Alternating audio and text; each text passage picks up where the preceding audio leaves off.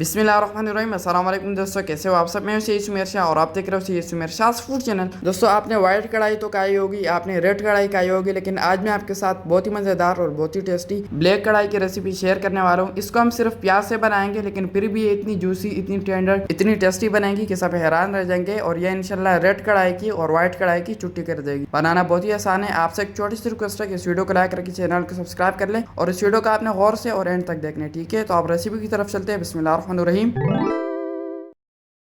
तो यहाँ पर हम सबसे पहले एक बड़ी सी कढ़ाई ले लेंगे और उसके अंदर हम सबसे पहले हाफ कप कुकिंग ऑयल या घी ऐड कर देंगे, आप जिसमें बनाना चाहते हो। उसके बाद आपने इसको अच्छी तरह से गर्म कर लेना है और जब ये अच्छी तरह से गर्म हो जाए उसके बाद ये देख लें मेरे पास है 5 अदद मीडियम साइज के प्याज। इसको मैंने मिक्सी में डालकर अच्छी तरह से इसका पेस्ट बना लिया था। आपने भी सेम इसी तरह से करके इस टाइम पर आके इसमें ऐड कर देना है। थोड़ी सी मिक्सिंग करेंगे और अच्छी तरह से 3 से 4 मिनट यहाँ पर हम इसकी पकाई करेंगे। वैसे लोग इसको ऐड कर देते हैं और थोड़ी सी पकाई करके इसके अंदर बाकी की चीजें ऐड कर देते हैं, लेकिन वो थोड़ा सा गलत तरीका होता है। उससे फिर बाद में प्याजों का कच्चा फ्लेवर आता है जो कि सही नहीं होता। हम अच्छी तरह से 3 से 4 मिनट पकाई करेंगे। 3 से 4 मिनट के बाद जब प्याज अच्छी तरह से रोस्ट हो जाएंगे उसके बाद ये मेरे पास है हरा धनिया, हरी मिर्ची और लहसुन अदरक। इन चारों चीजों को आपने अच्छी तरह से पीस लेना है। आप यूं समझ लो कि सारी रेसिपी का टेस्ट इसके अंदर है। तो ये चारों चीजें आपने अच्छी तरह से कूट के इस टाइम पर आके इसमें ऐड कर देना है। ऐड करने के बाद सेम इसकी भी हम अच्छी तरह से 4 से 5 मिनट पकाई करेंगे ताकि ये अच्छी तरह से रोस्ट हो जाए। इसके अंदर से एक मजेदार सी खुशबूदार सी लहसुन अदरक की खुशबू आना शुरू ना हो जाए, ठीक है। तब तक हम इसकी पकाई करेंगे। तो ये देख लिया 2 से 3 मिनट लो फ्लेम पर पकाई करने के बाद जो हमारे प्याज और लहसुन अदरक थे वो कुछ इस टाइप के हो गए। तो हम थोड़ी सी इसकी मिक्सिंग करेंगे और मिक्सिंग करने के बाद अब यहाँ पर आपने गौर से देखना है। यहाँ पर मेरे पास है कुछ कड़े मसाले जिसके अंदर एक तेजपात है, एक बादियान का फूल है, कुछ दालचीनी के टुकड़े, 2 से 3 लौंग के दाने, 2 से 3 जो है हरी इलायची है और 2 बड़ी इलायची जो कि बहुत ही अहम है चिकन के लिए। किसी भी गोश्त के अंदर बड़ी इलायची का होना बहुत ही अहम होता है, ठीक है, उसके अंदर से स्मेल को भगाने के लिए। तो अब यहाँ पर हम अच्छी तरह से करेंगे इसकी मिक्सिंग और 1 मिनट यहाँ पर हम इसको इसके अंदर रोस्ट करेंगे। 1 मिनट के बाद अब हम इसमें कुछ मसाले ऐड करेंगे। बिस्मिल्लाहिर्रहमानिर्रहीम।